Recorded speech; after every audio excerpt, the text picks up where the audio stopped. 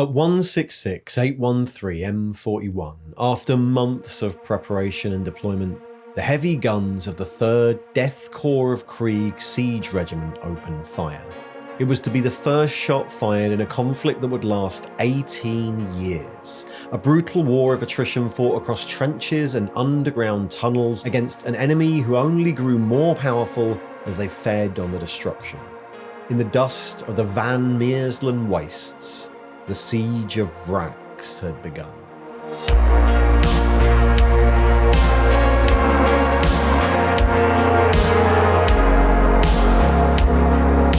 The Siege of Vraks is one of the most detailed conflicts in the entire history of Warhammer 40,000. A huge 3-book series, it detailed the catastrophic war for the fortress world of Vraks, a huge and costly war of attrition fought to retake the world from what initially is a misguided cardinal of the ecclesiarchy, but as the years grind on, more and more forces are drawn into the conflict, from opportunistic chaos warbands seeking power, to bitter political struggles between imperial factions trying to seize control of it, to, eventually, a horrific daemonic incursion barely held in check.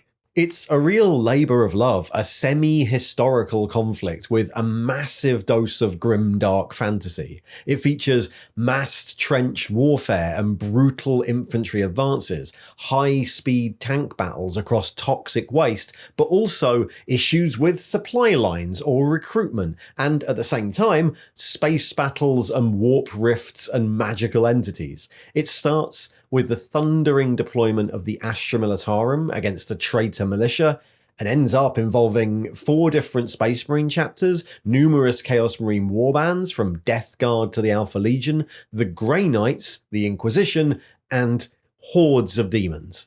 It's a big story to tell. When I did the Badab War, I made 2 videos, one relaying the story and another doing a retrospective of the Badab War in 40k. How it appeared in Rogue Trader, was referenced mostly in the Chaos Codexes for years and then revisited by Forge World, and the changes in tone each time that happened, but you can't really do that with the Siege of Vraks, because it wasn't a pre-existing conflict. The Siege of Vraks was invented wholesale as a series of 3 Imperial Armour books, released by Forge World from 2007 to 2009. Written by Warwick Kinraid with additional work by Alan Bly. At the time, Forge World had done 2 of these sort of campaign books before, the Taros campaign and the Anphelium project, but Vraks was way bigger, folding in way more forces and introducing one of the most iconic model ranges ever produced by Forge World, the Death Corps of Krieg.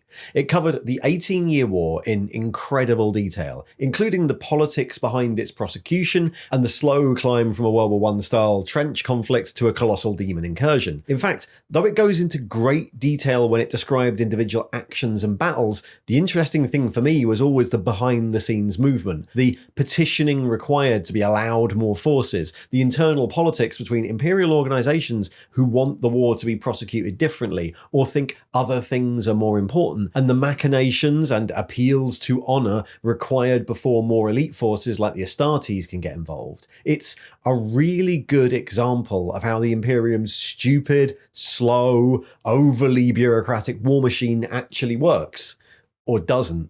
The books themselves are beautiful, laid out like a history textbook. The number of colour plates of rare Forge World vehicles and regimental organisations is astounding. It feels like, by this point, Forge World have really hit their stride in the sort of product they offered. And of course, a massive Imperial Civil War gave them plenty of opportunity to fold in pretty much every model kit they've made over the previous few years. The books also featured army lists for the Death Corps of Krieg and 2 different Renegades and Heretics armies, representing the defenders at different points in the war, and a massive campaign system. In the style of the older Forge World books, this was a specific series of battles with defined forces, working its way through regular 40k, Battlefleet Gothic, and then finally Apocalypse.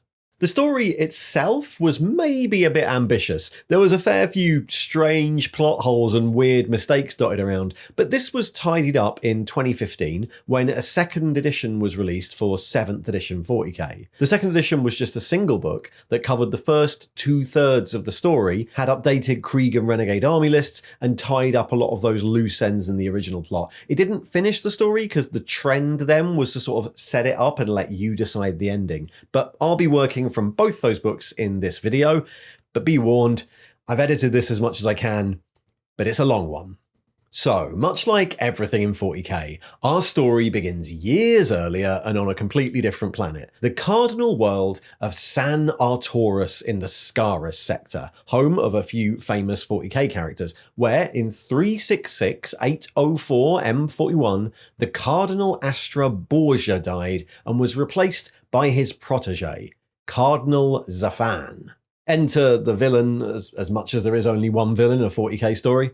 The new cardinal went on a tour of his new diocese, protected by thousands of Frateris militia and the Adeptus Sororitas of the Order of the Argent Shroud. And everywhere he went, his very presence as a chosen representative of the Emperor whipped the faithful into a frenzy of devotion. And while on this long tour, he had a realization. He shouldn't be on San Arturus, stuck in a debating chamber. He should be out here, taking real action against the doubters and heretics that threatened the Divine Emperor's rule. An army of the faithful were flocking to him. Maybe he should start a war of faith and cleanse the sector of unbelievers. He confided in his advisors, particularly a young deacon, a man of action called Mammon, who agreed but counselled caution. The cardinal must proceed carefully. The Inquisition might be watching, and they tended to take a really dim view of the church just starting wars of faith all on their own. And they had spies everywhere, so if they wanted to do this, they would have to find somewhere out of the way to make their plans, and Deacon Mammon had the perfect place. Vraks was a Departamento Munitorum armory world in the Scarus sector, a huge storehouse for war material stockpiled in case of a threat to the sector and crucial to support the Emperor's wars. But even though it was run by the Munitorum, it also contained a famous ecclesiarchy shrine, the Basilica of St. Leonis the Blind, with an attached palace that belonged to the cardinal, an ideal place to plan. So Zafan and his entourage took up residence on Vraks, where they were welcomed as saviours by thousands of fanatical pilgrims, their entrance preceded by Zafan's personal guard of battle sisters from the Argent Shroud, and designed to create the greatest possible awe amongst the downtrodden populace. Taking up residence in the Basilica, they started planning amongst an atmosphere of religious zealotry on the planet. Although the ecclesiarchy couldn't directly control the forces on Vraks, Deacon Mammon set about using the cardinal's wealth to make sure that the local PDF commanders were all on their side. He offered the huge indentured labour corps of Vraks the chance to redeem themselves by joining the crusade, and he raised a Frateris militia to defend the Basilica, from which he hand-picked a group of fanatically loyal supporters he named the Disciples of Zafan. These would form the start of the Cardinal's unofficial army, the initial push for his war of faith, and their devotion was stoked by stories of how nearby worlds were definitely falling to the Emperor's enemies, or of how the heretics were only a system or two away and only their loyalty could save the Imperium. But of course, all this did come to the attention of the Inquisition, specifically the Ordo Hereticus, through the one force in Zafan's new army that couldn't be won over by Mammon. The Honour Guard of the Order of the Argent Shroud had already been sending communications back to their superiors, accusing Zafan and his advisors of seditious actions bordering on blasphemy. The Inquisition were alarmed. The Ordo Hereticus had seen it before. Cardinals whose personal power had led them to stray from the Emperor's light. Powerful men who began to believe they could be worshipped like the Emperor. Decisive action had to be taken. And that decisive action was assassination. An assassin was dispatched to remove the problem, but when the shot was taken, the Cardinal's refractor field saved his life, and the assassin was chased down and killed in the Undercity. His body was dragged up to the surface to parade before the faithful. Here was the traitor that tried to kill Zafan. Urged by Mammon and his disciples, Vraks erupted into civil war. For the faithful of Vraks, this was proof of everything Zafan and Mammon had been saying for the last few years. Traitorous forces within the Imperium had tried to stall their crusade, tried to kill a representative of the Emperor. The great weapon stores of Vraks were looted by rioters, and labourers freed from their chains. The Adeptus Arbites moved to reimpose order, coordinating with the Sisters of the Argent Shroud, but as the two forces regrouped outside the Arbites precinct house, they were mobbed by zealous militia. Eventually, seeing the Battle Sisters turn and open fire on the faithful, the gunners in the citadel above bombarded the precinct house, killing the Arbites garrison and leaving only 6 sisters alive. They were captured and imprisoned in the palace dungeons by the disciples of Zafan. When the fighting outside subsided, Cardinal Zafan was left as the sole ruler of Vraks. It took a while for the Departamento Munitorum to respond, and various plans were put forward. Some factions wanted to count the planet as lost entirely. The Ordo Hereticus and the Church saw it as their responsibility to deal with the problem, but an order to retake Vraks had come from the top, from the Master of the Administratum's office, one of the High Lords of Terror, and failure to act was likely to be met with a swift retribution from other branches of the Inquisition, probably. Regardless of any other protests, the Departamento Munitorum ran the world, and they took on the task. Vraks was a fortress world, designed to be impregnable. The central bastion of Vraks was studded with defense lasers that made a swift planetary assault impossible, and blockading the system and slowly taking out the defense lasers one by one was projected to take 500 years, so that left only one option. Land troops slowly out of range, dig some trenches, and lay siege to the bastion from the land. Calculations showed that if the Departamento Munitorum was willing to match the defenders' casualties 2-1, it was estimated that it would take 12 standard Terran years until Vraks was once again under the Emperor's rule. And so preparation began, and the 88th Imperial Guard Siege Army was formed, the manpower raised from the death world of Krieg. 4 line corps, each containing 4 massively overstrength infantry regiments, 2 assault corps built around swift tank regiments, 2 dedicated bombardment corps of artillery regiments, and a number of independent artillery assets were requisitioned from the war-torn world of Krieg. The Kriegers were well-known siege troops, their planet dedicated to manufacturing soldiers for the Astra Militarum after irradiating the surface of their planet in a civil war centuries earlier. They were guaranteed to keep fighting to the last, heedless of the massive losses required to win, and they were to be commanded by Lord Commander Zulk, who wasn't. An imperial noble, he set up his base of operations on Thracian Primaris and commanded from a system or two away. The plan he came up with was encirclement. The citadel of Vraks was defended to the south and west by canyons and gorges, and then by 3 concentric lines of defences outside the curtain wall of the citadel itself. The 4 line corps would attack the western outer defence lines from the north and east. The 1st line corps would assault through the western lines and into the north, and thus the citadel could be encircled further at its 2nd defence line. And with that, at 79812 M41, 200,000 guardsmen of the Krieg 143rd Siege Regiment marched, grey, great-coated rank after great-coated rank, up the boarding ramps and into the holds of their transport vessels. They were the first men of the 88th Siege Army to begin their journey to Vraks. They were just the beginning of a vast armada of vessels in orbit above Krieg, now preparing to load and rendezvous for the journey to Vraks. The landing started in 812 M41 as the vanguard of the 88th Siege Army, under protection from the Sector Imperial Navy flagship, the Lord Bellerophon and its escorts, approached Vraks from the far side and landed Labour Corps, 500,000 men from the penal colonies of Arfista, and the 143rd Krieg Regiment, who set about digging in just outside range of the defence lines and sending out Death Rider squadrons to scout the terrain. Over the course of the next few months, the army proper would be landed and deployed into these trenches by rail systems constructed by the Labour Corps, expanding the network and setting up artillery positions as more and more Krieg troopers deployed to the surface. Finally, at 166-813 M41, from 15 kilometres outside the Citadel's defence lines, the guns of the Krieg artillery opened up, and the Siege of Vraks officially began.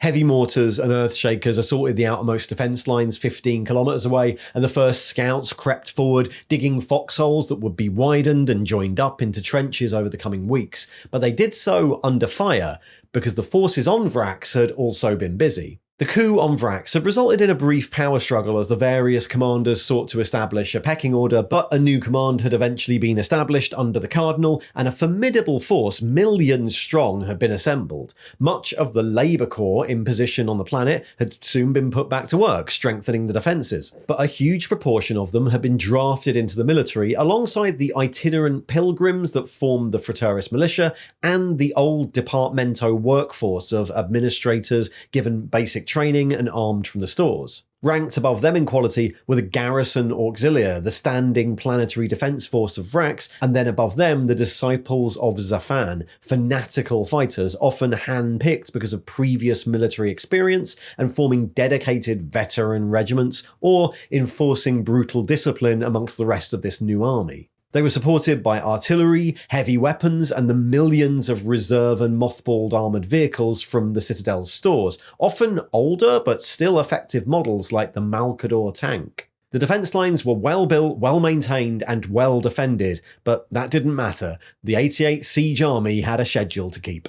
On 212-813 M41, the first assault on the outer defences commenced at Sector 4639 by the 149th Regiment. Hundreds of thousands of great-coated soldiers went over the top, advancing into no man's land before being cut down by heavy bolter fire. The next waves prepared and went over. The advancing squads cut down again or blown up by entrenched artillery. The advance continued for 2 days, and both waves were destroyed for negligible gains. At 218-813 M41, the third day after the start of the assault, the Vraxians counterattacked, wiping out lone squads of Kriegers caught in the field and occupying the newly dug Krieg advance trenches before being obliterated by Krieg artillery in turn. By nightfall, the enemy attack had spent itself, their dead piled on top of the men of Krieg. The opposing sides were at a stalemate instantly. The artillery duel continued, but the fury of 3 days of battle had subsided. This stalemate was indicative of advances along the front, and it continued for a long time. For the rest of the year, the lines hardly moved. The trenches expanded, and the war ground on as a series of attempted advances and raids on enemy trenches as the outer defence lines held. The war of attrition had begun, and the first long standoff continued for the next year and a half, the Kriegers digging in as a network of trench lines slowly expanded across the Van Meersland wastes. It wasn't until the very end of 814 that a night raid on a fortress codenamed A453 by the 261st Company, led by Captain Tybork, managed to break through the defences. Under cover of darkness, Tybork and his men managed to overrun the renegade lines, holding the breach for 3 days in the face of heavy opposition. Tybork and his few remaining men were heavily reinforced as the Krieg commanders committed artillery and tank companies to reinforce the line, and soon a breach was made. As the 30th Line Corps poured through the gap, they expanded north and south, clearing the trenches, and the 8th Assault Corps pushed on through the waste beyond and towards the second set of defence lines. The enemy fell back en masse, abandoning the first defence line and the northern defence line, and over the next few months, the Krieg forces managed to turn the tiny breach at A453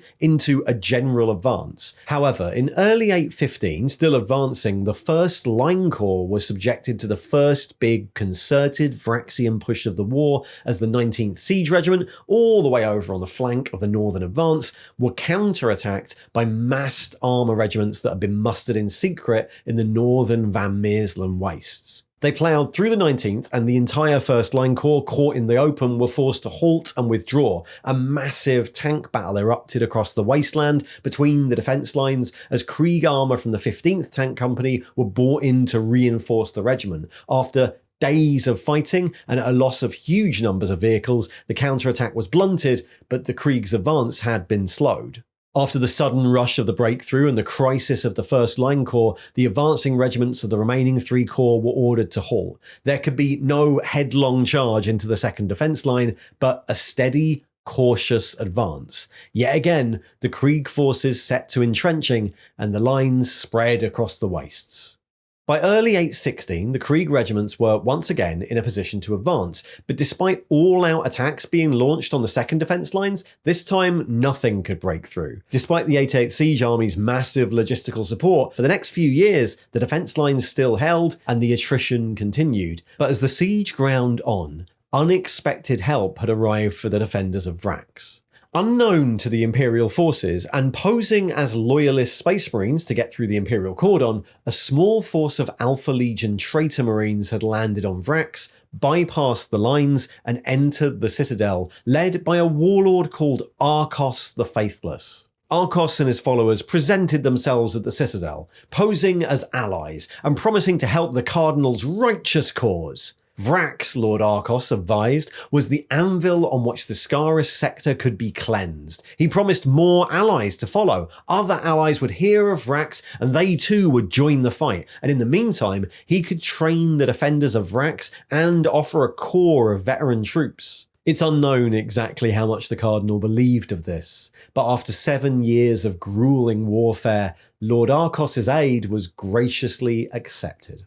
By 820 M41, Lord Zulka's office on Thracian Primaris started to receive worrying reports of blue-armoured Space Marines fighting on the behalf of the defenders, along with the growing realisation that the siege was starting to fall significantly behind schedule. Pulling some political strings, Zulk managed to get 3 new regiments, the 46th Line Corps, redirected from other war zones to assist in the siege, but his reports also attracted some unlooked-for allies. In 821, the Dark Angel's battle barge Angel of Retribution powered into the Vraks system, carrying Supreme Grandmaster Azrael and 500 Space Marines, half the chapter. They sent no communications to the 88th Siege Army's commanders and offered no explanation as to why they were there. Azrael simply set about his self-assigned mission, which was the destruction of Vraks starport, presumably to sever the Vraxians' access to reinforcements and to pull forces away from the front lines. The starport, situated out in the waste to the east of the citadel, was attacked on 2 fronts. A heavy armoured column of land raiders deployed outside defence laser range and pushed into the port,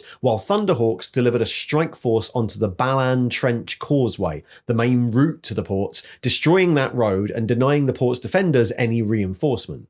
The assault on the port continued without pause for 8 days, facing stiff resistance from the Vraxian defenders until it was revealed that they were being coordinated by the Alpha Legionnaires. The Deathwing fought building to building, trying to catch as many of the traitors as possible until Azrael met Arcos in single combat in what by now was the ruins of the port. The two fought, but Arcos had the power of the Chaos Gods behind him and eventually sent Azrael sprawling to the ground. He was only saved by the intervention of the Deathwing and their interrogator chaplain Belphegor, and the Alpha Legion forces melted away into the shadows. After 10 days, the Dark Angels had apparently succeeded in their mission, and as they prepared to leave the surface, they set demolition charges across the port. Azrael forwarded a characteristically laconic astropathic message to the 88th Army headquarters on Thracian Primaris. It simply read, "By the Emperor's wrath, Vraks starport destroyed, mission complete." And with that, his strike force was gone. It was now 9 years since the start of the war. Zulka had been given 12 years to complete the siege, and as his requested reinforcements had arrived, he ordered a big push. Artillery was brought into place and a new offensive scheduled for early 822 to be prosecuted by those regiments already on the line, aided by the 3 new ones. But the assault started out like all the rest. On the first day, Krieg casualties were appallingly high. The defenders held, even under heavy artillery fire, or just fell back to prepared positions into the same defence lines. There followed a day of counterattacks as the renegades, by this point veterans of years of war, pushed back, and again the Kriegers attacked, this time with waves of Gorgon transports battering their way into contested areas. Despite only slight gains, Gazulka's high command continued to throw men at the traitor defences for the next 5 days, thousands on each side being cut down in no man's land across the length of the line, until finally, on day 8 of the push, a night attack by Colonel Attas of the 46th Line Corps succeeded in breaking through, and reinforcements were poured into the breach again. Just like the first breakthrough almost 8 years before, the following days would see the second defence line fold like a house of cards. And so, with massive commitment and forces and hundreds of thousands of Kriegers lying dead in the mud, the Imperial push had finally reached the inner defence line, surrounding the Vraks citadel itself. The grinding advance of the last few days meant the lines had to pause again to consolidate, but finally, the spectre of defeat hung over the defenders of Vraks. Not that their commanders were in any state to appreciate it. After years of war against the very Imperium he thought he served, Zafan had become paranoid. He and Mammon had started to believe their own propaganda and were now convinced that the ultimate threat to the Imperium was the Emperor himself and all his servants. And of course, Lord Arcos had moved further and further into the Cardinal's inner circle, eventually usurping Mammon and breaking down the barriers of the Cardinal's mind until he was little more than a puppet ruler. His thoughts broken and only rarely lucid as Arcos inevitably took control of the rebellion and summoned his sorcerers. Krieg sentries were soon reporting unusual sightings. A strange storm, red and black with whirling maelstrom of lightning painting the sky in blood. Arcos had conjured a psychic signal, summoning warbands and renegades far beyond the sector to a world he now considered ripe for the picking. The scale of response to this summons was worrying. Local monitoring stations and the Naval Sector Command at Cypra Mundi all detected the movements of not only fleets of smaller raiders keeping away from the main space lanes, but also vast capital ships. Intelligence-gathering missions by the Ordo Malleus confirmed that these were Chaos ships, and the battle fleet Scarus prepared reinforcements, but mobilization would take a while. In the meantime, Rear Admiral Rasiak was left to defend Vraks with what little remained of his initial fleet, much of which had long since been redeployed to more pressing war zones. Scrabbling together a motley mix of system monitors and upgun freighters and crewing them with men press-ganged from the Labour Corps on the surface, his meagre fleet contained 13 vessels when the first of the Chaos reinforcements arrived in sector. In 823 M41, a traitor fleet of 14 vessels broke warp on the edge of the system. The Imperial flagship, the Lord Bellerophon, still on station, powered up its systems and mobilized its escorts, but the Lunar-class cruiser was already no match for the vessels approaching, led by the colossal Chaos battleship, the Anarchy's Heart. The initial engagement went badly, the Imperial fleet losing 2 of their escorts and abandoning 1 more, but as the 2 fleets moved around for another pass, some Chaos escorts peeled away on a different heading. The first of the Imperial reinforcements were inbound in the form of 3 massive cruisers led by Rear Admiral Mazur on the Gothic-class Consul Thraciae. The Chaos fleet split, fighting their way through the defence picket and manoeuvring into orbit as the Anarchy's Heart and the massive Chaos transport ship the Aharon's Bane started to disgorge drop pods and landers to the surface. Rasiak attempted to counterattack as the rest of the Chaos fleet engaged the newcomers, deploying fire ships that knocked the Aharon's Bane out of the sky, beastmen and cultists falling screaming from its access hatches as it entered the atmosphere of Vraks. But even combined, the Imperial forces had no hope. The Lord Bellerophon's engines were knocked out, leaving it drifting in the void, its escorts and one of the reinforcing cruisers destroyed. The Imperial fleet pulled away. There was no chance of victory anymore, but Rear Admiral Mazur wouldn't quit the war zone yet and attempted a suicidal ramming run on Anarchy's Heart. His ship was torn apart by lances before it made contact, and the Chaos fleet took up positions over the planet as they started to ferry down their reinforcements. Hordes of cultists and mutants, a warband of iron warriors from the Ferrus Invictum, and a fleet of Dread Claw drop pods carrying the infamous Khorne warband, the Skull Takers, led by the Berserker Lord Zufar the Blood Reaver. Time was running out for the Imperials in more ways than one. The Krieg forces had by this point succeeded in breaching the second defence line a year earlier and were now in position around the inner defence lines, the oldest and most heavily fortified part of the fortress. But far away on Thracian Primaris, Lord Commander Zulka was in no mood to wait. He was keenly aware that he'd been given 12 years to take Vraks before resources would start to be reassigned. And he was already 9 years in. Nobody knew exactly what would happen after 12, but it was likely that the war would be downgraded and resources redirected elsewhere. Cardinal Zavan might not have realised it yet, but if he could last 3 more years, then he would have ridden out the storm and survived. His forces had also suffered the horrors of trench warfare and heavy losses, but somehow they'd summoned up the strength to endure the strain of 9 years of total war. They'd fought a defensive campaign and bled the Imperium's forces while minimizing their own losses. They still had the stockpiles, the men, and the will to fight on. The advance of the 88th Siege Army could not stop. Regiments were given orders to push onwards towards the inner ring, leading to, predictably, massive casualties. The 468th Regiment of the 46th Line Corps advanced into enemy fire in an attempt to gain high ground on Mortuary Ridge, but just as the leading companies finally achieved their objectives, the sky lit up and the Chaos Fleet in orbit commenced orbital bombardment. The forward elements of the 468 could only cower in their trenches until the orbital strike ceased, their work done as the first Dreadclaws landed. Bands of Khorne berserkers from the Skull Takers, World Eaters, and followers of Scalathrax now roamed the trench lines, attacking with fury whenever they encountered the enemy. Along the inner defense lines, the advance just stalled as warband after warband descended from the skies. Krieg regiments found themselves attempting to halt waves of berserkers, charging from the enemy positions, and drop pods full of ancient Astartes veterans landing behind their carefully constructed trench lines.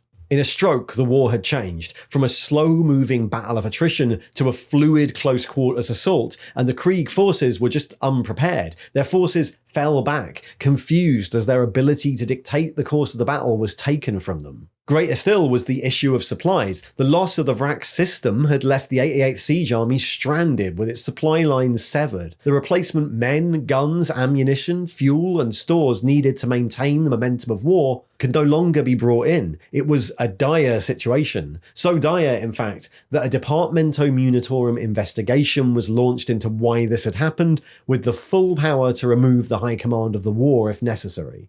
On the surface, though, another threat had materialised. The wreck of the Chaos transport ship Aharon's Bane had come down hard west of the Chalia Plateau, but it was an ancient ship and its structure had largely survived the impact. Hordes of renegades emerged from the ruin, millions of insane Chaos worshippers, supported by flights of Hell Talons and Hellblades, armoured Chaos Space Marine columns, and even Titans from the Legio Vulcanum, and they were advancing behind the Imperial lines, on a collision course with the 1st Line Corps. The 101st Regiment of the 11th Assault Corps were deployed to meet them, advancing as an infantry push behind a line of heavy armour, but they were swept aside by darting Chaos air support and Titan-grade weaponry. Heretic Astartes predators trading shots with Leman Russ tanks in the dust of the plateau. As the 101st fell back, the commanders on the surface had to make a grave decision and pulled the 1st Line Corps back from the assault, sacrificing whole regiments to maintain some sort of rearguard. The neat lines of the encirclement had become fractured and messy, with Chaos forces roaming everywhere. With the 1st Line Corps deploying to meet this new threat, and with Chaos warbands plaguing the existing lines, any slim chance of taking the Citadel within the designated schedule was lost. It would take a tremendous effort just to prevent the years-long Siege of Vraks from ending in defeat for the Imperium. With the whole war in jeopardy, the Lord Militant Obscurus and his staff at Cypramundi took control. Lord Commander Zulka was immediately dismissed, though a man of his great social rank cared little, and he was immediately reassigned to the 7,003rd Astra Militarum Army, deployed somewhere across the segmentum against an Orc war. This left a brief power vacuum that many factions tried to fill, notably, again, the Ecclesiarchy, who declared that the failure on Vraks must be due to a lack of faith. In truth, they were mostly concerned about the Basilica of St. Leonis itself and the holy relics it contained, but still, they engaged in furious politicking across the sector. The Adeptus Ministorum and its allies in the local sector's Ordo Hereticus wanted to bring the war under full inquisitorial command, but the Administratum were having none of it and threatened that if the war was brought under inquisitorial oversight, then the Departamento Munitorum would downgrade its priority status and supplies and manpower would be less forthcoming since, it wasn't their problem anymore. In the end, the Lord Militant Obscurus decided to assign his own choice. Marshal Arnim Kagori, a veteran of the 13th Palladius Siege Regiment and a hard-bitten and experienced old general with a string of victories under his belt. His appointment signalled a change in tactics. It was time to end this war and commit whatever reinforcements were necessary to break the renegades. More men were raised from Krieg, including specialist engineer companies. Wings of bombers and fighters were assigned. Titans of the Legio Astorum, the warp runners, were brought in from the forge world of Lucius, and Astartes forces across the sector were placed on alert. The slow war of attrition was being escalated to total war, utilising every means at the Imperium's disposal. While this all happened, the Imperial forces on the surface suffered through a full year of defeats and withdrawals, including the emergence of plague marines under the command of the sorcerer Necrosius. By this point, the surface was swimming with Chaos warbands, little of whom had any allegiance to the Cardinal Zafan or to the Lord Arcos, and who assaulted the Krieg lines as opportunity or ritual dictated. The entire 19th Siege Regiment were the first to feel the embrace of Nurgle, as the Plague Marine warbands seized supplies of the lethally corrosive chemical weapon trimethylene thaloxyic tertius from the stores beneath the fortress and tested them on the Imperial attackers. Clouds of what was known as TP3 melted through their face masks and rebreathers as corroded rhinos disgorged squads of Plague Marines in support, until the only sounds that came from the 19th Regiment's position were the howls of strange oozing beasts and the clatter of spider-like demon engines. By the time Kagori's reinforcements arrived in 824, the Imperial forces were firmly on the back foot. Ambushed by the Anarchy's Heart, still lurking at the edge of the system, the resupply convoy lost one capital ship and a number of escorts, but they were able to break through the scattered Chaos ships, and almost the entire convoy reached orbit, deploying men by the hundreds of thousands, artillery, supplies, and 22 Titans of Astorum. The Kagori Offensive, as it was named, began early in the next year, on 249-825 M41. Preceded by weeks of artillery bombardment, it was intended as a bold push into the inner defence lines in the hope of forcing the end of the war. The first 2 days went well. In some sectors, it seemed the same as before, battalions of troops going over the top and marching slowly across no man's land into the enemy guns, heavy losses for minimal gain, especially where they came up against heretic Astartes forces. But wherever the line was supported by the overwhelming strength of the Titans, the Imperials made impressive progress. The 12th Line Corps' 4 siege regiments pushing forwards and following up with embedded artillery and air cover from Imperial thunderbolts. But over the next few days, the advance slowed as the enemy deployed its own defences. Thunderbolts now duelled in the air with Hellblade fighters, and the Legio Volcanum deployed to counter their cousins of Astorum. The Invigila Alpha was the first to fall, the Imperial Titan frozen in position for the rest of the war. After 5 days, the 143rd Regiment were the furthest forward, driving into enemy lines in Sector 5445, and so Princeps Drauca of Astorum deployed his rearmed Titans here, hoping to force a crack in the lines. The traitor Titans of Legio Volcanum were forced to withdraw for resupply. One more day of fighting saw the inner defence line breached and fresh tank columns streaming through the gap. Kagori's offensive had broken through the defensive belt and was now driving even deeper towards the curtain wall. The deployment of Titans had won the battle. 12 enemy engine kills were estimated for the loss of 11 Imperial machines, and Legio Astorum were withdrawn to the reserve for refit and repair. The Imperial forces weren't yet at the curtain wall of the citadel itself, but by mid-825, the 88th Siege Army could at last claim that they were once again winning the Siege of Vraks. Capitalising on this success, Kagori then deployed his next secret weapon. His reinforcements from Krieg had comprised large numbers of the famed Krieg combat engineers, and over the next year, starting in late 825, these were deployed in tunnelling operations under the curtain wall. Kagori wanted to undermine the deep foundations of the fortress and locate some of the chief armories and munition stores buried deep in the caves below, reasoning that the archenemy would lack the specialised troops required to counter the Kriegers. Initial assaults identified possible armoury locations, and a network of tunnels appeared underneath the battlefield as the engineer companies moved forwards, the 88th Siege Army conducting feints and diversionary attacks on the surface to distract the enemy. But the first surprise assault on the facility was detected by the defenders, and traitor forces rushed into the armoury to counterattack. Soon, deep below Vrax's shell-tortured surface, a second war was raging in the darkness. A labyrinth of shafts, galleries and tunnels was forming, and with the element of surprise lost, heavy tunnelling equipment was brought in by both sides to speed up the digging. It wasn't the only new element. While the enemy lacked specialist tunnel fighters, it had Astartes, and the berserkers of Scalathrax proved brutally effective in the close confines beneath the citadel's walls. The tunnel fighting continued for a year, back and forth. Initial Krieg breaches into the now empty armory chambers were stalled at Sector 5546 by Khorne berserkers after a 3-day battle. But the raids continued as more and more diversionary attacks played out on the surface. Every regiment now had attached engineer companies acting below the battlefield in what was fast becoming a second front line until, in 673, 826 M41, the objective was reached. The 383rd Engineer Company finally reached the deep foundations of the Curtain Wall at Sector 5744 and, in total secrecy and silence, started to fill their tunnels with explosives. A month later, and they were ready. Cables were checked and double-checked, and the engineers removed themselves to safety as the clock reached 0.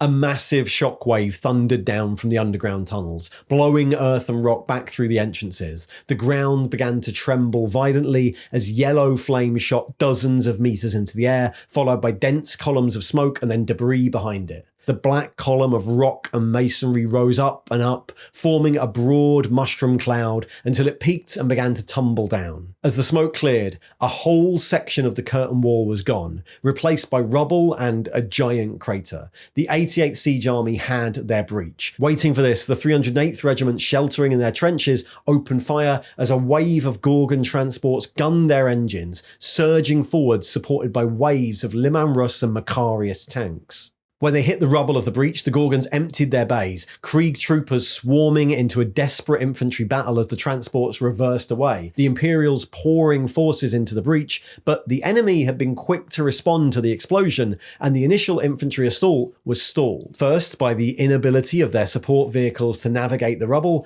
and then by a massed assault by traitor Ogrins, taken from the old Vraks labour forces, surgically altered with chemical injectors to work them into a frenzy. The first 2 companies into the breach were wiped out to a man, and the second wave of Krieg Grenadiers and Centaur transports fared little better. The breach had been made, but the attack had failed. Many more attempts would be made to try and take the breach. The second assault was preceded by weeks of artillery bombardment to try and make the ground more navigable, but the traitors had time to prepare and repulse the attack just like the first one. The third assault saw the 308th swapped out for the 8th Assault Corps, but that was repulsed. Over the next year, Titans were brought in, more regiments were committed, the traitors even detonated their own mine during the 4th assault, killing the regiments of Kriegers assaulting through the original crater. The breach seemed impossible, and the entire surrounding region was in a state of constant battle. The enemy had once again held, and the long war resumed. At this point, the armies were at another deadlock. Zafan hadn't been seen in years. The Imperials were almost certain the war was being run by the various Chaos Space Marine factions in his stead, but on the Imperial side, the war was now 2 years past completion and faced another review. Despite the change in leadership, the Departamento Munitorum could not maintain the level of resources the war had enjoyed thus far when other war zones were active across the sector. The siege was not to be abandoned, the heretic forces must still be fought and defeated, and Vraks returned to the Emperor's rule. The new policy just meant that it would take longer and cost more in the long run. Marshal Kogori argued the decision, but it had been made. His reinforcements were going to be downscaled, and he was given 5 more years to reach victory before the next review. Quickly, before the new rules came into effect, he dispatched delegates to enlist as much aid as he could from Imperial forces, and yet again, the Vraks campaign found support within the chapters of the Adeptus Astartes. Rendezvousing with Kogori's delegates in the Cantus system, the Red Scorpion strike cruiser Arx Fidelis agreed to redirect its patrol mission to assist. Led by Commander Ainea of the 3rd Company, and carrying around 100 battle brothers from the 1st, 3rd and 6th and 8th Companies, the Red Scorpions solemnly accepted that the opportunity to rid the galaxy of the heretics on Vraks was too good to pass up, on the condition that they be placed under no other command and, like the Dark Angels before them, that they choose their own missions. But in the end, their chosen execution place was the one Kogori had intended all along. They would assault and take the Curtain Wall breach. On 989-826 M41, after nightfall, the Arx Fidelis braved the Citadel's defense lasers as it powered over the fortress and deployed a single Thunderhawk gunship. Masked by bombardment from the strike cruiser, the gunship flew low over the breach, and from it fell 5 figures, the assault squad of Sergeant Carib Cullen, diving directly for the centre of the breach. Enemy sentries opened fire as the 5 figures slammed into the ground, deploying a teleport homer before returning fire with their bolt pistols, and as hundreds of traitors swarmed their position, the homer sparked into life and the true assault began. Led by Aenir himself at the head of 2 teleporting Terminator squads, the Red Scorpions assaulted the breach. As the Terminator squads waded into battle, a second force was racing across no man's land in Rhino and Razorback transports, reaching the crater under heavy fire. The initial enemy force were destroyed and Devastator squads deployed into the breach as the defenders of Vraks deployed veteran reserves and called up their titans. On the Imperial side, the 11th Assault Corps sped into the breach behind the Marines, this time preceded by combat engineers who demolished any remaining obstacles. By dawn, the breach was, once again, the epicenter of the battle. The Red Scorpions held the breach itself for hours as more and more of the Krieg forces poured through. Legio Astorum deployed again, Princeps Drauca's Reaver pushing its way through the gap in the walls and into the citadel. Finally, with Aenir wounded, when veteran Sergeant Zir determined that enough of the Imperial forces were through so that no enemy attack could move them, he ordered his Marines to withdraw. Of the 96 Battle Brothers who deployed to Vraks, only 34 returned to orbit alive. But with the final defensive lines starting to fall, things were getting strange across the Van Meersland wastes. The planet's naturally volatile atmosphere was becoming more so. Lightning storms flickered constantly in the upper atmosphere, and the clouds were once more darkening to blood red. Some sentries even claimed to have seen the dead of previous battles rise up from the mud of no man's land and walk again. And far away, on Thracian Prime, these supernatural events suddenly became more than just soldiers' tales when Kagori was visited by the Emperor's Inquisition. Inquisitor Lord Hector Rex was a colossal man, unnaturally tall and clad in custom-made Terminator armour. He bore the inquisitorial mandate and introduced himself as a Proctor General of the Scarus Conclave. The Ordo Malleus had studied the reports, witnessed the turbulence in the warp around Vraks, and consulted the Emperor's Tarot. The renegades had long ago fallen to the Dark Gods. The incursion of Chaos forces on Vraks was still ongoing, and the future of Vraks was far bloodier than anyone suspected. The 88th Siege Army, the sector itself, was in serious danger, and so, invoking his inquisitorial mandate, Hector Rex did the thing the Ordo Hereticus had been dissuaded from doing years earlier. On the authority of the Inquisitorial Conclave of Scarus, he indentured the entire 88th Siege Army into the service of the Ordo Malleus. Getting this authority had been difficult. Rex had been aware of the situation on Vraks for some time and aware of the Ordo Hereticus attempts to take over the war, but with the current situation on the ground, he was firmly of the belief that the war was about to get much more serious. Based on his experience of a lifetime as a demon hunter of the Ordo Malleus, Lord Hector Rex was now certain that Vraks was about to become the site of a major demonic incursion. The ground had been well prepared by 14 years of bitter warfare. Now, the vile servants of the Chaos Gods were ready to unleash their worst allies, dark powers from the warp made flesh and bone in the material universe. Demons, the true children of chaos. In his view, this was vastly more important than the Ecclesiarchy's attempts to save face, and so, in a grand conclave of the Inquisitors of the Scarus sector, he made a long and detailed argument against stiff cross-examination from the Ordo Hereticus. In the end, the conclave sided with Rex, but the ballot passed by only 2 votes, and a wedge was driven through the Ordo Scarus. Rex would be given the authority to take control, but the Ordo Hereticus were out for revenge. Rex deployed directly to Vraks and started issuing orders for the reorganisation and redeployment of Imperial forces, but he didn't come alone. Missions had been sent to Saturn, and a strike cruiser of Grey Knights led by Brother Captain Sturm arrived in system shortly after. So terrible were the predictions that 38 Inquisitors and their retinues, the whole of Lord Rex's chamber practical, including his old mentor Thor Malkin, made themselves available. They were placed alongside the commanders of each of the Krieg regiments, and each of them were assigned a bodyguard detachment seconded from the Red Hunters, a grim chapter of Space Marines who often made themselves available for inquisitorial service. Missives were also sent to the Red Scorpions and the Dark Angels, emphasising the urgency of the events about to unfold and entreating them to return and finish the war. The first task was to complete the encirclement of the citadel. The curtain wall had been breached, but the eastern curtain wall was still unguarded, so enemy might still escape, and given they were horrific heretics, that meant the siege might have been for nothing. The first line corps was still out of position, plagued and held in position by colossal Nurgle forces now just wandering around the wastes, many of whom had originated from that crashed ship. They needed to be turned around, and so Rex insisted on a massed redeployment, in force across the waste, fighting the hordes of plague zombies and mutants as they went.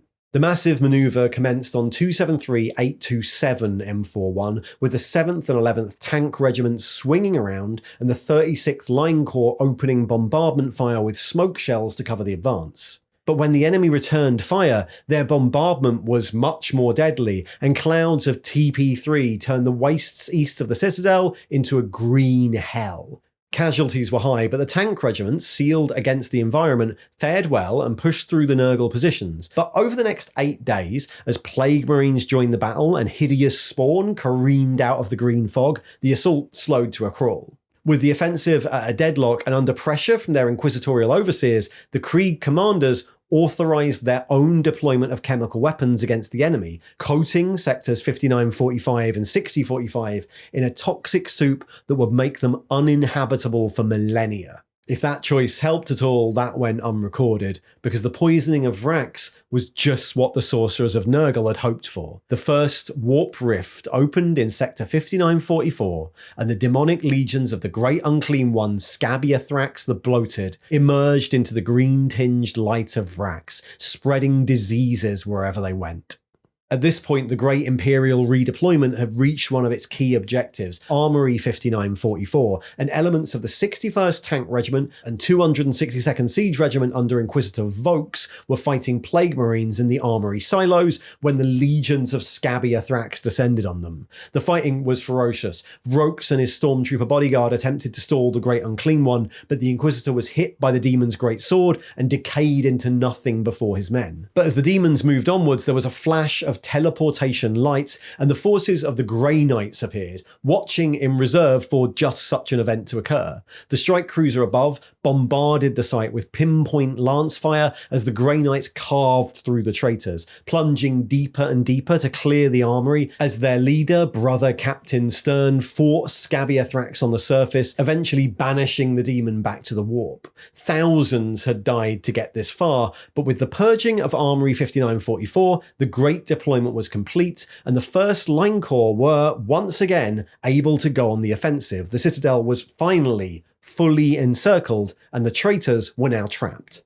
But unknown to Imperial forces, inside the citadel, the closing of the noose had triggered something of a coup. Incensed by the failure of the Vraxians, who had started to fall back inside the curtain wall, Zhufor, Lord of the Skull Takers, resolved to take the war over himself. He first united the Khorne warbands under his control, defeating their leaders in bloody single combat until he controlled the single largest Heretic Astartes faction on Vraks, and then he forced the others to comply, attacking and killing the Black Brethren of Arias and bargaining with the Sanctified, offering them enough sacrificial captives that they could open a second warp portal within the citadel itself and summon their own demonic horde. Even Arcos the Faithless and his Alpha Legionnaires capitulated, and though he was only really a puppet at this point, Arcos offered Zhufor the Cardinal Zafan, betraying the Cardinal's bodyguards and allowing Zhufor to storm the throne room. Zafan was thrown in the dungeons. His would be the last skull taken on Vraks, and his assistant Mammon escaped, later to be found fighting alongside the Nurgle warband of the Tainted in the Wastes. Zhufor's coup was complete. By blood and treachery, he'd made himself master of Vraks. The war was his to fight. Millions would now march on his command, and as promised, there was a warp portal to unleash on the doomed world. Unaware of the details of that, Inquisitor Lord Rex had started to tighten the noose around the curtain wall, his armies moving forward to seize other gates or to try and force more breaches in the wall. The enemy seemed to have cracked, falling back along the line, leaving massive quantities of abandoned vehicles behind. The 1st Line Corps' 3rd Siege Regiment advanced to the wall, aided by the Legio Astorum and with orders to capture the main gate in sector 579-459, and the 46th Line Corps ground on through an area they named Hangman's Hill, so called because of the grisly trophies erected by the traitors along the route. They launched 3 attacks to claim the summit of the hill, each of which descended into brutal and desperate hand-to-hand fighting until the Kriegers emerged victorious. Another regiment was at the curtain wall, and visible in the distance was the citadel itself. But the next blow to the Imperial forces would come not from the forces of the archenemy, but from within. At 755-827, the 88th Army was issued Directive 44877209 by the Departamento Munitorum, ordering the army to withdraw from the front line and prepare a dozen Krieg regiments for transport away from Vraks. Rex was furious, recognizing it as the meddling hand of the Ordo Hereticus and their allies in the Ecclesiarchy working to hamper the Ordo Malleus's efforts. He attempted to go over their heads, petitioning the inquisitorial representative, one of the High Lords of Terror, to make representation, but the Ordo Hereticus had been thorough, and he was blocked by the Master of the Administratum and the Ecclesiarch, and his emissaries were all assassinated on their way back. It was no use. Though the demands on Lord Rex were lessened, his army was still to be reduced. In the end, with the citadel in sight, 1 breach made, and the warp growing stronger, the entire remaining 3 regiments of the 1st Line Corps, 3 artillery regiments from the 19th Bombardment Corps, and part of the 8th Assault Corps were all withdrawn. The enemy, though, was still showing signs of cracking, and Rex ordered the 12th Line Corps to take over the assault on Gate 579-459. Again, the Titans of Astorum supported the assault, softening up the defences with streaking missile fire, but the battle was carnage. For 3 days, the Kriegers threw themselves at the gate, wraiths and ghosts appearing in the dust kicked up by artillery barrages, fighting twisted mutants and frothing berserkers led by Lord Zuffor himself. It was hard going, but eventually the numbers started to tell, and the Chaos forces fell back on the 5th night. With 2 breaches now made, the new one held by dug-in Kriegers and a deployment of Red Hunters, the traitors couldn't viably defend any of the curtain wall without being surrounded, and so finally, the enemy fully fell back to the citadel. Inquisitor Rex pressed on, but his forces were caught in bloody combats with horrific entities across the ruined city that was housed within the curtain wall. Monsters worse than any they'd seen before. Unknown to the attackers, the Sanctified's warp portal had opened, and summoning rituals were bringing forth a host of demonic beasts. Vraks was now a land where demons walked. With them came the blasphemous war engines of chaos, part creature, part machine, each a totem of its gods, sentient with the power of the demon bound within, and each was a machine honed to the slaughter of battle. Amongst them were the brass scorpions of Khorne, huge walking machines that bristled with weaponry, blight drones of Nurgle which buzzed over the battlefield like giant malevolent flies, spreading their decay and spitting foulness to corrupt the land. Blood slaughterers, scuttling killer robots of brass and iron were flung into battle as suicide troops, the spirit within seeking only to kill and kill again. The Grey Knights deployed again and again to confront these monsters, but Inquisitor Lord Rex was worried. Zafan should be nowhere near so powerful as to conjure a rift like this. He set his old mentor Malkin to studying how this occurred, while the Grey Knights' presence signalled for reinforcements and a 2nd strike cruiser arrived from Saturn at the end of 828. In the meantime, Imperial forces made plans for the assault on the citadel itself. The citadel was the most ancient part of the Vraxian defences, and it was protected by layer upon layer of void shields and steep ground that prevented much of the Krieg armour from gaining access to any of its 3 main gates. They'd have to use their artillery to overload the voids, and then, as the artillery concentrated fire inside the citadel, rely on a massed infantry charge to take the gates. The first assault, though, was a disaster. Led by the now Colonel Tyborg of the 261st Regiment, the first waves of attackers were cut down as they left their Gorgon transports, the following waves climbing over the bodies as they attempted to climb what they called the murder slopes. Kriegers were cut down by hidden heavy weapons positions, or by pre-sighted mortar fire from behind the walls. The void shields were indeed overloaded, but the generators were buried so deep they were impregnable, and as the attack slowed, the enemy sallied out, first as a wave of berserkers and demon engines that poured down the slopes, and then, as the sky turned red, as a horde of bloodletters and fleshhounds that chased the fleeing Imperial forces from the slopes entirely. After 3 days, the 261st Regiment was almost destroyed. Rex changed tactics. The second assault was planned to come from 4 directions at once. The 269th Regiment would lead an assault on one of the Citadel's underground armories, the entrance to which was sited in a steep and heavily defended ravine. They'd push down the service road under artillery bombardment, while a second force of Red Hunters would attempt a risky drop assault directly into the ravine behind the defensive walls. At the same time, other elements of the 269th would attempt an assault on the lower gate, led by Rex himself, and finally, more engineer companies were sent into the dark in an attempt to access that same armory from below. The attack on the ravine was another failure. Harried by well-constructed defences and Alpha Legion infiltrators from Arcos the Faithless's warband, the Kriegers were hopelessly delayed, bogged down outside the defensive wall. When the Red Hunters finally dropped into the ravine, they were trapped without support as the Great Armory doors opened and a Reaver Titan marched out, surrounded by a horde of Chaos Marines. After 8 days, that whole portion of the attack was called off. A company of Red Hunters and 4 Inquisitors and their retinues wiped out to a man, and the 269th Regiment rendered ineffective for the rest of the war. But on the lower gate spur, things were going a bit better. Aided by wave upon wave of Marauder bombers and the Titans of the Legio Astorum, Rex's assault was slow but effective, hundreds of armoured vehicles leading the charge. When a defence laser battery retargeted to destroy one of the Imperial Titans, Rex led an assault on the structure to silence the guns so the rest of the force could push on. And when the traitors once again let loose a horde of berserkers and cornate war machines, the reinforced Grey Knights detachment pushed in from reserves, a column of silver land raiders forcing its way into the thick of the fighting and turning the tide. The defences at the lower gate spur were destroyed, the enemy counterattack was defeated, and the next target would be the St. Leonis Gate itself, but that would be a target for a fresh Imperial force.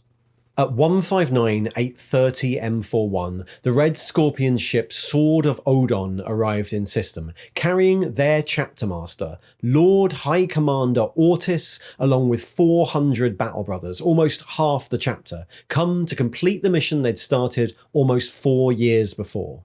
The next assault would target all 3 of the main gates, the St. Leonis Gate, the Cardinal Gate, and a diversionary attack on the Great Gate. The Red Scorpions deployed to St. Leonis, again commencing their assault with veteran Sergeant Coln's assault marines dropping onto the strongpoint and clearing the defences, while Ortis led a column of land raiders, dreadnoughts, and supporting speeders on an assault on the gate itself. They fought through hordes of demons that poured from the open gate, all the filth of the warp pouring into the battle. Ortis was wounded, but the assault squads had continued to clear the bastion level by level as the battle outside raged, and eventually the Red Scorpions planted their banner on the roof of the gate's bastion as the Sword of Odon above commenced orbital strikes on the next layers of void shields. Across the Citadel, the assault on the Cardinal Gate had demons of its own to contend with. Led by Lord Rex, along with 8 other Inquisitors of the Ordo Malleus, the Red Hunters, and the full strength of the Grey Knights, they waded through hordes of Khorne demons up the slopes to reach the gate,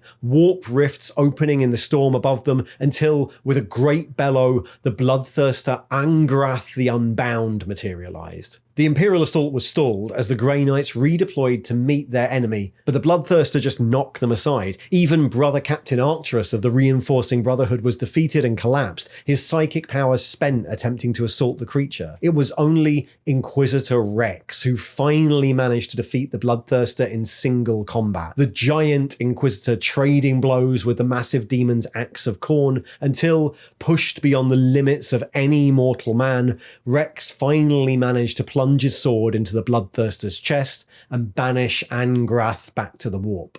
With the taking of the 2 citadel gates, the siege was finally over, but there was still a citadel full of traitors within the walls, and who knows what horrors they had summoned. Despite everything that had come before, the final assaults on the citadel of Vraks were to be some of the bloodiest of the entire war. Weeks of hard fighting through level upon level of the collapsed city. Hades breaching drills forced their way through the engineering tunnels into the armories, preceded by demolition charges and barrages of shotgun fire as Kriegers fought unknown chaos beasts in the darkness. The Red Scorpions led a 4-day-long battle into the Cardinal's former palace, fighting the remnants of the apostate Cardinal's guards, mutated into horrific spawn by the power of the warp. They left none alive. The Imperial forces received yet more reinforcements as the Dark Angels chaplain Beflagor led a strike force from the Angels of Absolution chapter down to the surface. Dispatched at the request of Grandmaster Azrael, and whose only condition was that they be allowed to hunt the traitor Lord Arkos again. This time they succeeded, pursuing the faithless through the ruins of the Basilica until yet again